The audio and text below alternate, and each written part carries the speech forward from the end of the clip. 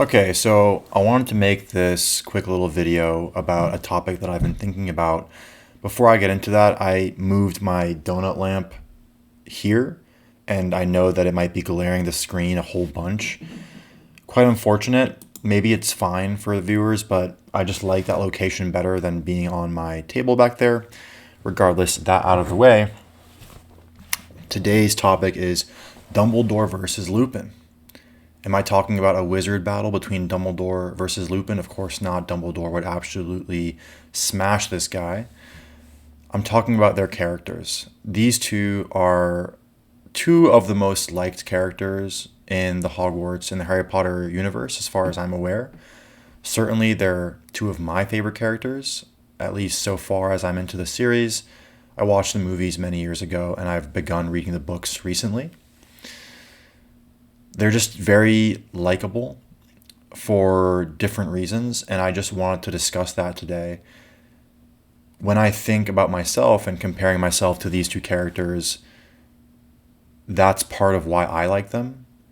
And I'm realizing that they each have certain qualities that I want to aspire to and even don't. And that liking someone doesn't mean that I aspire to them. And I'll explain more about this. Generally speaking, Lupin is very well liked because he's just a very relatable human.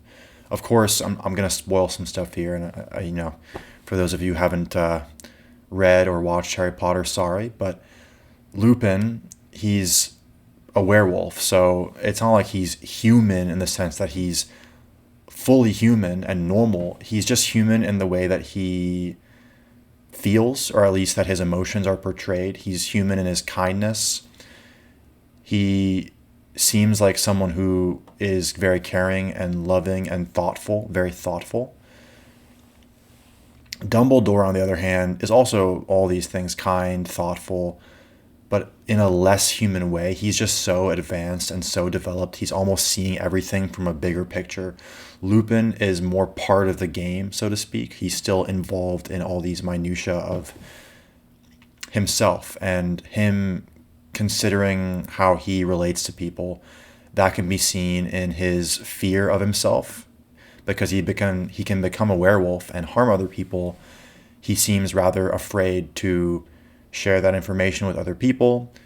He seems afraid to start a family. He even decides to leave Hogwarts without anyone telling him to. He just says, yeah, I'm a danger and I'm going to leave, when it was found out that he was a werewolf.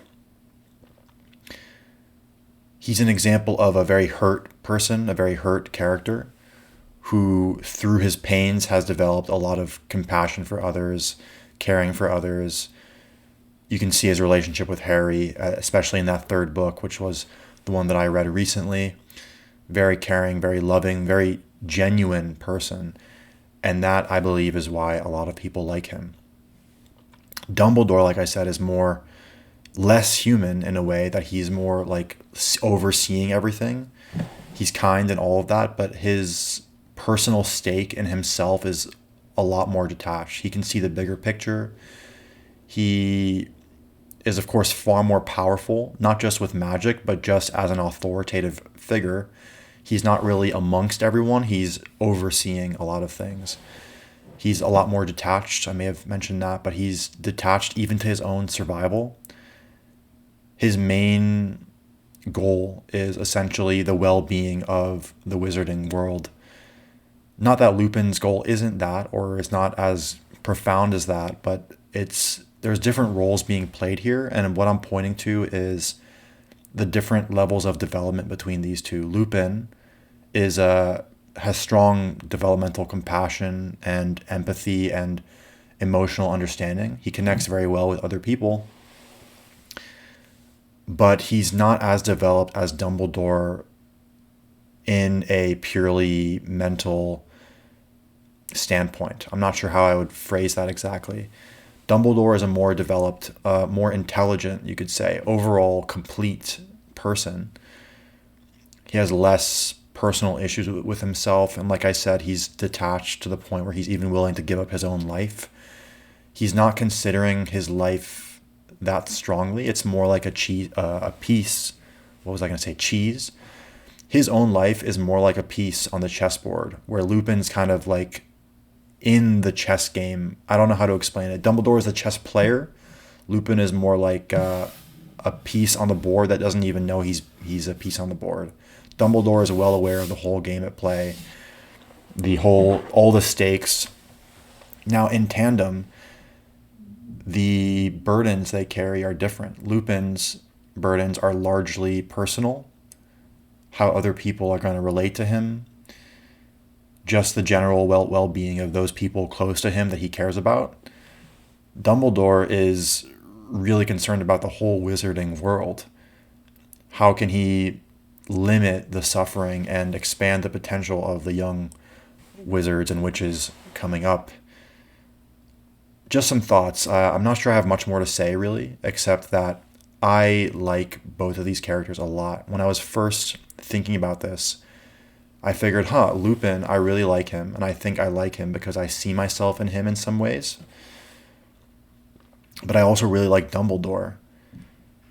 And so I just got to thinking, well, I think I like Lupin more, but Dumbledore seems more developed and more of a ideal for me personally, the kind of person I'd want to be. And that's not a right or wrong. Obviously, you can gain inspiration and aspire to be like anyone, real or fake or fictional or whatever. Just my viewpoint of it is, even though we may be, you could say, we may be admiring people who are closer to us. I'm much closer to Lupin than I am to Dumbledore, for instance. That doesn't necessarily mean these people are more developed in a objective sense. Dumbledore is more developed. He is less self-centered. Not that being self-centered is a bad thing, and not that Lupin's way of being self-centered is bad. In fact, it's very endearing, and of course, he's very compassionate and kind, but Dumbledore sees the bigger picture, and in a way that's more developed because it includes more than just himself and just the people he cares about. It's a much bigger sphere of influence that he's concerned with. I thought I may have more ways to describe what I'm trying to say here and to explain, but that's kind of the point of these videos, or at least one of the points, is to speak off the cuff, speak about a topic that I've been thinking about, and see what happens. So that's what happened here. I wonder if you guys have a sense for what I'm saying. Maybe leave some comments and let's start a discussion. Maybe you see things differently. That's about it. Another short little video, 8 minutes right there. I don't have much more to say. So hope you guys have a good night and a good day.